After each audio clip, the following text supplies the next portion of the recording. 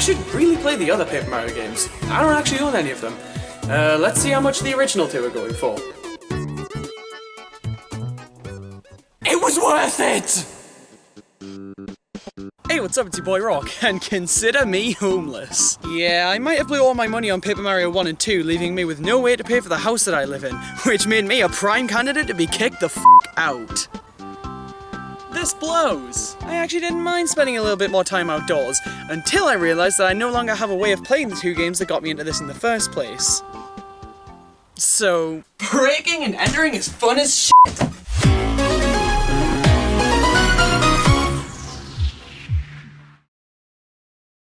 Oh, this guy, right? My favourite things about Mario are the fact that he isn't as thin as a twig, he can kill enemies with a single jump, and that he doesn't wield a hammer. You know what? Scratch that. I want none of that. Finally, a game for me! Mario RPGs. As your local, not a huge RPG fan, I haven't played many of these games. But even still, I have immense amounts of respect for these games, or as my doctor would say, a tumour. But in the eyes of fans and critics alike, the quality of both of Mario's RPG series have been dwindling over time to an almost unbearable degree. People constantly say how they wish these games would just go back to how the series used to be. Releasing on the Nintendo 64. After hearing people make these comments for over a decade, I wanted to go back and see what made these original games so good. What made fans love them so much? And when I asked Nintendo for a PAL copy of Super Mario RPG, they spat on my foot and told me to piss off. So, Paper Mario it is.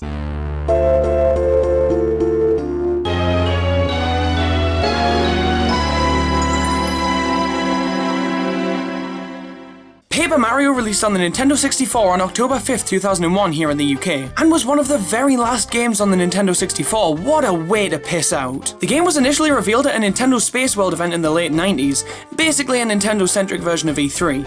So E3. The game was revealed with the working title Super Mario RPG 2. As a stupid fucking British person who wasn't allowed to play the SNES original, I couldn't wait to see how the story continued. The build showed off here looks pretty damn similar to the final game, with some of the main differences being in the user interface and the menus, both in and out of battle. Upon release, the game was showered in praise, receiving near perfect scores from most publications. So needless to say, this game has quite the legacy behind it, and after spending too much fucking money on this damn thing, I'm excited to see if this game actually stands the test of time, or if it's nothing more than a shredded relic from the turn of the millennium. Today we're being told a story of star spirits and good wishes. Oh man, I've always wanted a story about that! This game sold me already. We open on the Sanctuary of the Star Haven, which is home to the star spirits, and their elusive Star Rod, which isn't what you think it is, you dirty-minded bitch. Suddenly Bowser! What unfortune! Koopa attacks the star spirits, turning them into cards, and Bowser steals the rod. Luckily for us, a Star Child was able to escape Bowser's clutches, and only God knows if he'll become helpful at some point in the future. Cut to Paper Mario. No! And Paper Luigi, who received a letter from Princess Peach inviting them to the castle. The bros head over to their conveniently placed warp pipe and make their way to the castle. Upon arriving, Mario decides that he can't bear to be around Luigi any longer and he pisses off to explore the castle. The castle is bustling with Mushroom Kingdom residents, and we can talk to all of them. But come on, does Mario look like he's here to talk to people? Instead of being a functioning member of society, we head straight upstairs to find Peach, who's bored and horny. She requests some alone time, just her and Mario, where none of the guests should be able to bother them. What's this game's age rating again?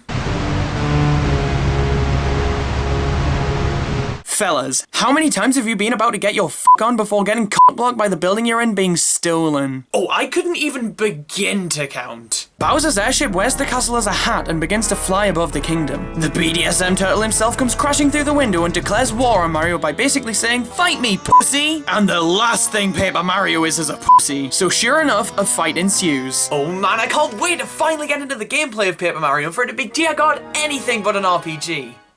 Nintendo, you son of a bitch. Oh hey look, it's Rawk, the kid who loves Chibi Robo and fucking hates RPGs. Do you think you like Paper Mario? Yes, you heard it here first. I'm a bitch. I don't necessarily hate RPGs, but I've just never enjoyed their battle systems. The turn-based format has never really sat right with me. Now, I smell a counterpoint. I've been on the record as saying I'm one of only 7 people who enjoyed the Origami King's battle system, and that's still true, because in that game, the turn-based battling isn't really the focal point. The main part of any fight is the puzzle section, and the actual fighting is over and done pretty damn quickly. But in other RPGs, the battles are grueling. That's one of the main reasons I've never been able to get into mainline Pokemon. Most of the playtime in these games consists of these long drawn-out battles with a squirrel. But man, why would I do that when I could just run up to the squirrel and kick its ass? I obviously have a negative bias against RPGs, which means Paper Mario has an uphill battle right from the get-go. But that doesn't mean I'm not going to give the game a fair shot. I'm willing to put my bias aside to see if this game can win me over regardless of my own preferences. But I better keep this close by, just in case. A few turns into our very first battle, Bowser whips out the Star Rod and tell me, how the hell am I supposed to compete with that?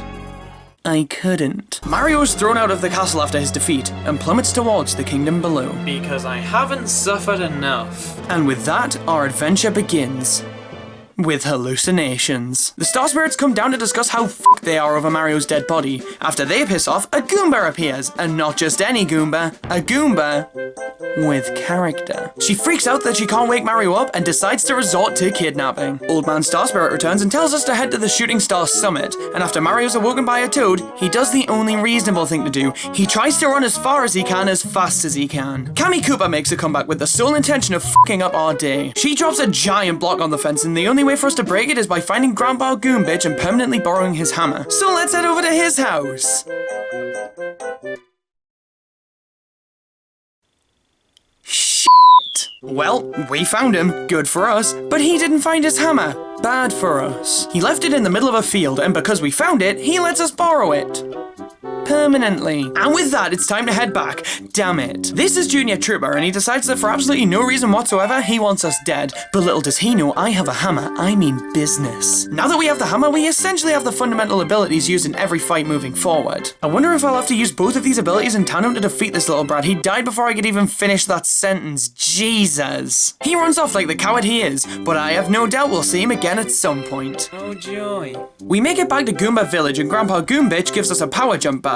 Badges are at the core of the strategy in Paper Mario, and believe it or not, there's a reason that people haven't been able to shut the f*** up about them for the past 12 years. Badges are essentially special abilities that you can equip that allow Mario to perform more moves in battle. Each badge you equip uses up a certain amount of badge points, and each of the moves they grant you in battle use up a certain amount of flower points. You'll initially start out with a fairly small amount of each type of points, but you can also level up by earning star points in battle. Every time you level up, you can upgrade either your health points, flower points, or badge points, and you truly have to think about which of the three would be best for you to upgrade at any particular time. This adds an immense amount of depth to the gameplay before you even set foot into a battle. And you'll level up fairly frequently, meaning you can pretty much customize Mario to be the exact perfect character to fit your playstyle, as long as you're good enough or patient enough to level up consistently. Some people go strictly for badge points, others for flower points, and some fucking weirdos strictly upgrade their health points for some ungodly reason. Me personally, I try to balance all three of these things as equally as I could, though admittedly, I did tend to lean towards HP and FP rather than badge points. Anyway, we can finally head off out of the village, but why would we do that when we can listen to Goombario talking about how he wants to come along for the ride with us, and if it'll shut him up? Sure, why not? And this, right here, is the first instance of partners in Paper Mario, potentially the most contentious issue surrounding the series to this very day. So let's discuss. Partners are unique characters found throughout the first three Paper Mario games that join Mario on his quest. In the first two games, they mostly take a wacky and creative spin on one of the pre-existing Mario species, with a few exceptions here and there. These guys are the definition of personality, and to many, they define the Paper Mario series. Each of them is completely individual and offer their own insight onto many of the situations Mario gets them into, meaning no playthrough of Paper Mario will ever be the same if you consistently shake up who you have following Mario. This alone should be enough to justify partners entirely, but that's only one side of the story, because these guys also assist you in battle. After Mario has taken his turn, it's the partners' time to shine. And each and every one of them has a unique moveset that can be expanded later on in the game. Each of the partners has their own strengths and weaknesses, which means there's legitimate strategy involved when deciding which partner to use for any given situation. And I love it. So hopefully now you understand why I and countless others consider partners to be something of a lifeblood for the series. In many regards, they're what make Paper Mario, well, Paper Mario. And I couldn't imagine a game in the series without them. Nope, I couldn't imagine it, it's never happened. So Goombario joins our party. He has a base moveset consisting of Headbonk and Tattle. Headbonk is functionally identical to Mario's jump, and using Tattle on an enemy will give you a pretty in-depth bio on them, and will reveal their stats, allowing HP to be seen on every encounter from then onwards. This move is really useful, and many see using Tattle on every single enemy as the only true way of 100%ing this game.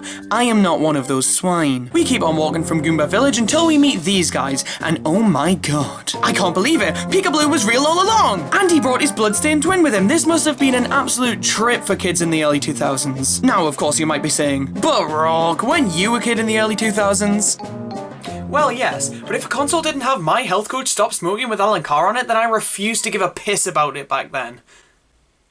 My childhood rocked. In a shocking turn of events, Peekaboo and his friend want us dead, but they didn't take into account the fact that I don't like Pokemon, so I can gladly kick Peekaboo's ass. We step on them so much they cry and they retreat to Goomba King's fortress. Man, I wonder who we're gonna find there.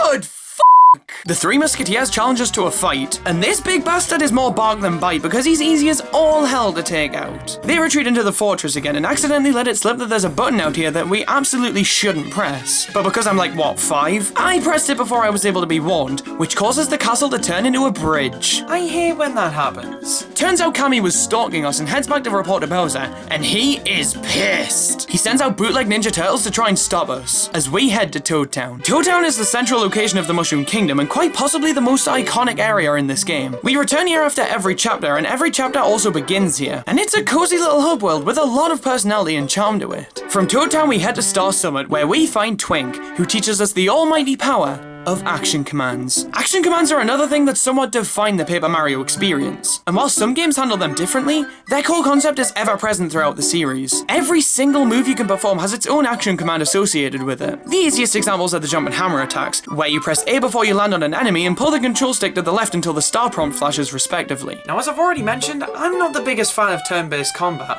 but with the addition of action commands, my god, they did it. They actually made turn-based combat enjoyable!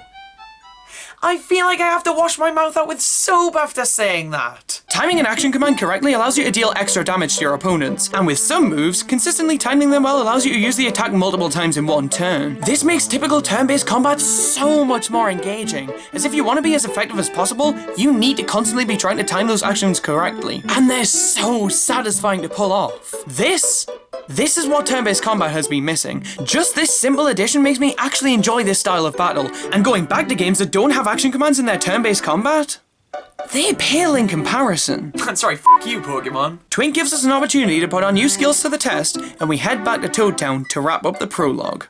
Wait, that was just the prologue? Now, I know when I talked about the Origami King, I went pretty in-depth into that game's chapters, but compared to this game's 5, the original game has 8 chapters, and if I was to be just as thorough here, then Pikmin 4 would release by the time I was done. So instead, I'm going to give a brief plot synopsis on each of the chapters, whilst also talking about the partners we meet in each of them. Which is still going to take me half a century, but this game deserves it, damn it.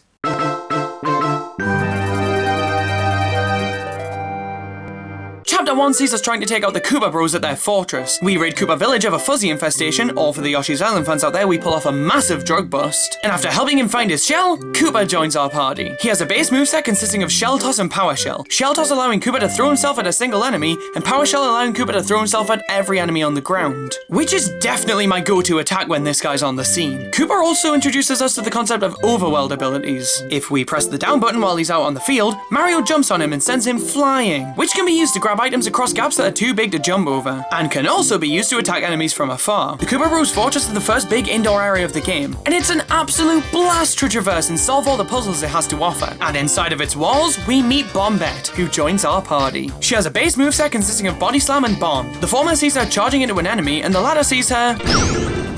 yeah. Self-sacrifice is also her overworld ability, and it's used quite a lot in the fortress. The final boss is funny. The Teenage Mutant Ninja Rejects build a giant cardboard Bowser, and they really think they got away with it. And they did, because dear lord, I shit myself when they emerged from the suit that I destroyed, and for that they must go to prison. The first of many star cards emerges, and with that, we're greeted by the most iconic sequence of 13 characters this series has ever seen.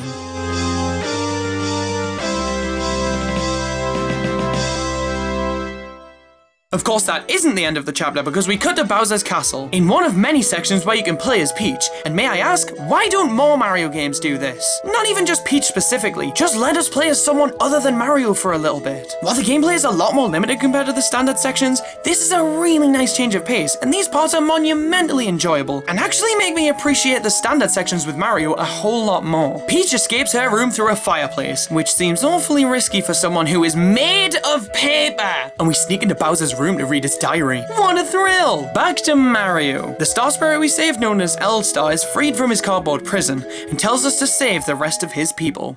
If you insist. Saving a star spirit grants us a new ability to use in battle, and these are the most powerful moves in your arsenal, which is why you're incredibly limited on how many times you can use them. I actually like how limited they are, because if they were more readily available, this already not too difficult game would be an absolute walk in the park. And we all know there's only one park that I want to walk in. And with that, we head back to Toad Town to embark on Chapter 2.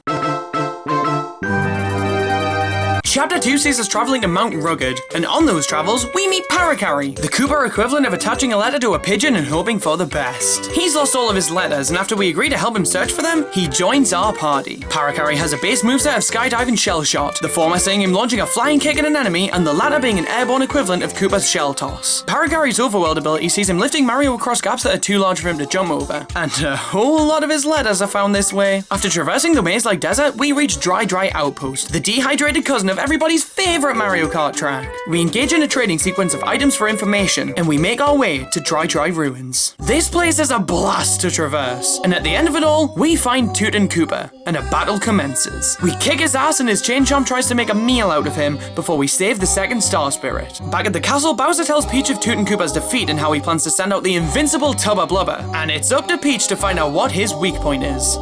It's probably his name, let's be real. Mario frees the star spirit known as Mama from her card, we learn the ability Lullaby, and head to Toad Town to embark on Chapter 3.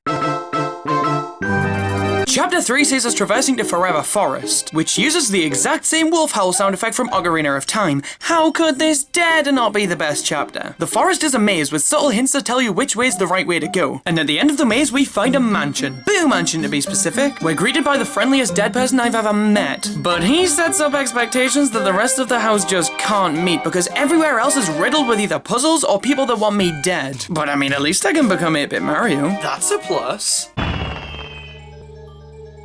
That's not. We head to the 3rd floor and meet Lady Bo, who tells us that Tubba Blubber has been terrorizing and eating her people, so she joins our party in hopes that we can stop the suffering of the boos. Bo has a base moveset consisting of Smack and Out of Sight, the former being an attack that allows Bo to smack an enemy up to 5 times, and the latter being a move that hides Mario and makes him immune for a turn, which can be really useful. Her Overworld ability is identical to Out of Sight, but it has no limit on how long it can be used for. The gang head to Gusty Garden Galaxy's lesser-known cousin, Gusty Gulch, where a village of boos is being rampaged by Tubba. And that just won't stand. We follow him back to his castle, and after sneaking to the master bedroom, we find the literal key to his weakness, Yagi. Yagi deduces that we're intruders and sounds the alarms for the castle. Man, of all characters in the game to be intelligent. This leads to an angry Tubba chasing us throughout the castle in a really exhilarating and genuinely tense segment of the game that I absolutely loved. Yagi is a key for the windmill found in Gusty Gulch, and after heading inside, we find the beast's heart, which is controlling the body remotely. The heart escapes and is reunited with its body, leaving Tubba vulnerable to a can of ass whooping, which we gladly deliver. As thanks for ridding the boos of their trauma, Bo sets free the 3rd star spirit, Skola, ending Chapter 3. Back in the castle, Peach decides to leave her room for reasons, and lots of them. Bowser then interrogates Peach about what makes Mario's skin crawl, and we give him answers that are absolutely steeped in truth and not bullshit because that would just be rude. We learn the ability Storm from Scholar, and head back to Toad Town for Chapter 4. Chapter 4 sees us entering a toy box comprised of 4 distinct regions, and a railway connecting them all. Now, I would have loved this toy box as a kid, but come on. I had this. We do this because of a Shy Guy infestation in Toad Town. They somehow managed to escape from this toy box and steal a man's calculator, and for that, they must perish. The railway is broken and it's up to us to fix it. We do this by traversing the regions, solving puzzles, and feeding cakes to large Shy Guys. And this culminates in us facing the Big Lantern Ghost, a secluded being who loves only having a small source of light and never seeing people, also known as yours truly. We defeat him and he drops his lantern, allowing Watt to break free. I don't know what breaks free. Why are you asking me? Watt joins the party and has a base moveset consisting of Electro Dash and Power Shock. The former performs a standard attack on one enemy, while the latter targets one enemy in hopes of paralyzing them, and his Overworld ability brings light to any dark areas you may find, whilst also uncovering secrets like invisible blocks. We try to locate the Shy Guy HQ and get this. We do. General Guy seems to be behind the outbreak, and he forms an army to defeat us. But we have too much plot armor for that to ever happen. We defeat the cult and free Muscular, the 4th Star Spirit, bringing an end to Chapter 4. Back in the castle, Peach is wandering around, minding her own business, until blam! Gourmet Guy makes his return and says he has to rat her out. But he might change his mind if she baked him a cake. And Peach isn't one to go against damaging gender stereotypes, so she makes her way to the kitchen. In exchange for Peach's cake, Gourmet Guy lets her know where the next Star Spirit lies. Mario learns the Chill Out ability from Muscular, and we head back to Toad Town to embark on Chapter 5. Chapter 5 sees us trying to reach Mount Lava Lava with everybody's favorite Colorado, who we met briefly back in Chapter 2. We're surprised to find lava surrounding the mountain, which makes it inaccessible to us. We head to Yoshi Village to look for help, and do yourself a favor and listen to this music.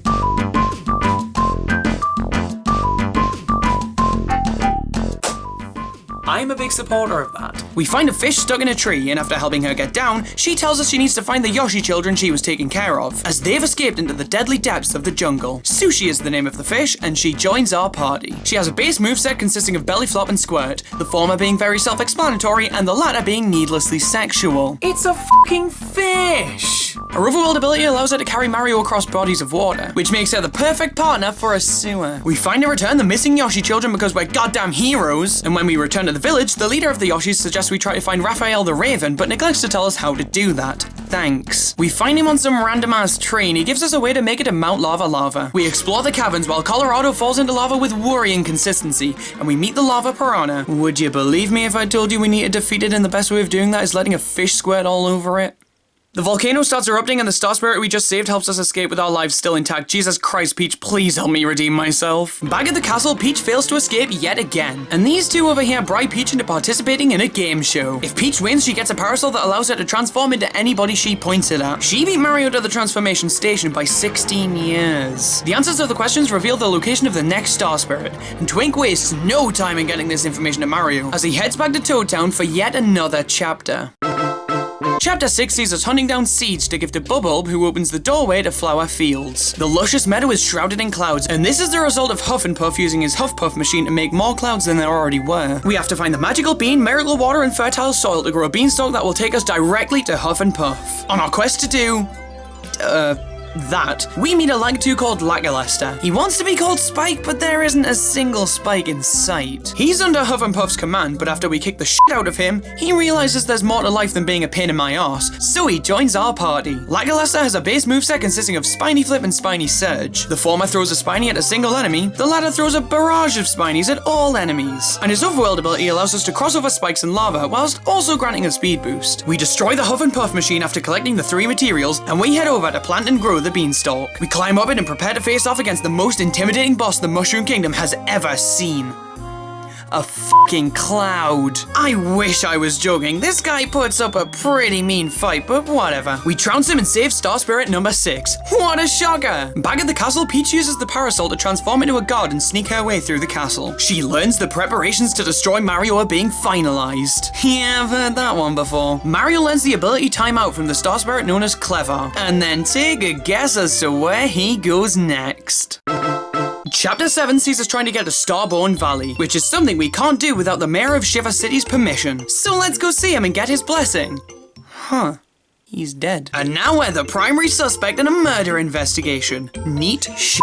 Turns out he just knocked himself out with a book, which I really wish I knew before I conducted an hour-long investigation, but it's fine. We head to Starborn Valley, but not before a fight with Junior Trooper and the entity so cleverly named Monster. And when we arrive in the valley, this guy Merle gives us a scarf to put on a snowman that somehow opens a pathway to the Crystal Palace. You really think I'd start questioning things this far into the game? We traverse the palace, which is probably the best and most challenging area in the game. And we reach the Crystal King. This guy's the guardian of the final Star Spirit, and as such, he must also perish. We wipe the floor with him, free the 7th Star Spirit Kalmar, and wrap up the last traditional chapter in the game. Back at the castle, Bowser is told that Mario has all of the Star Spirits, and in retaliation, he ties up the princess and hits Twink out of a window. The only reasonable response. Mario learns Up and Away from Kalmar, and with the 7 Star Spirits united, he also learns the move Starbeam, which is the only thing that can break the power of Bowser's space dildo, leaving him weak and ready to get his ass kicked. With an imminent dread looming over us, we head into Chapter 8, the final chapter of Paper Mario, where all of our hard work will truly be put to the test. It's time to take on Bowser.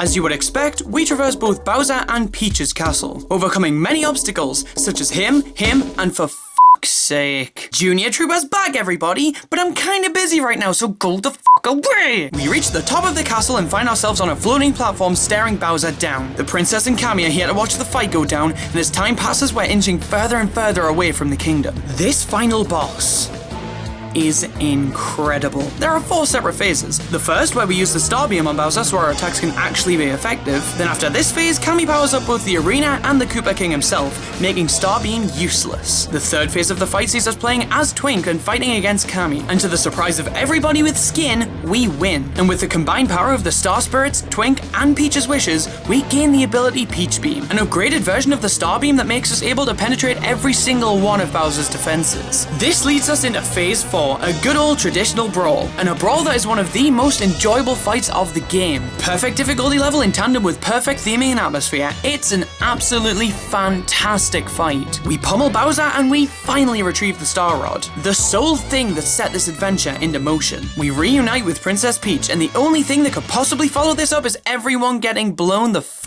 up. It's only natural. The power of the Star Spirit saves Mario and Co from being obliterated, and they return to Peach's castle. We return the Star Rod to its rightful owners, and with that, the story of the Star Spirits is over. They return to the Star Haven, and following behind them is Twink, who gives Mario and Peach a heartwarming goodbye. And as the Star Spirits make their departure, we close the book on Paper Mario. And this moment right here marks only the beginning of one of Nintendo's most beloved series.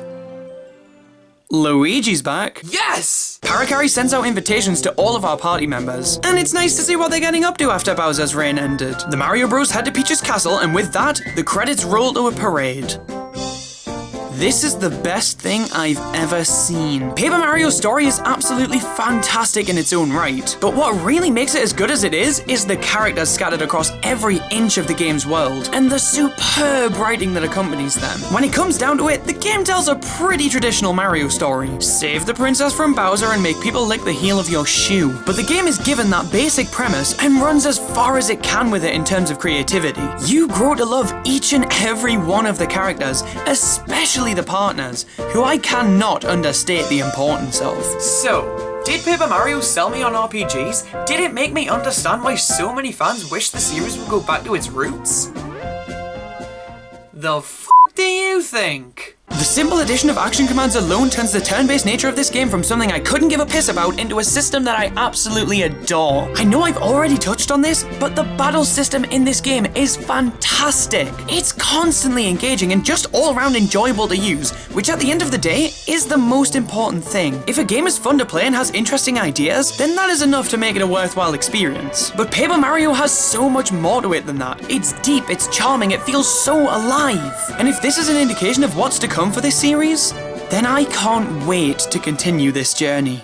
But the game ends on kind of a lame note. The parade ends and Mario and Peach head back to Mario's place. They watch the fireworks to a lovely piece of music, but after a minute or so, I got the gist. So let's just head back to the main menu.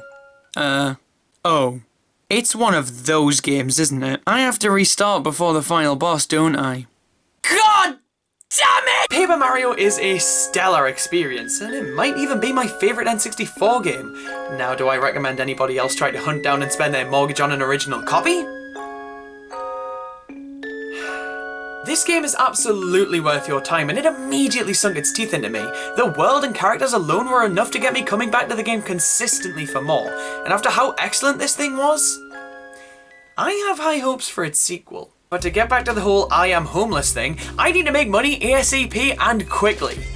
But I don't know how I'm gonna make that money. I mean, I could sell the game that I've just played, or I could work for money.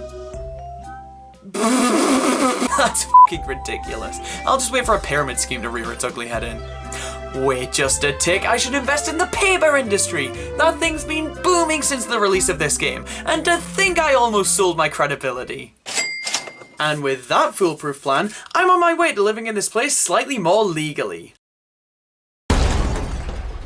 Oh, come the f***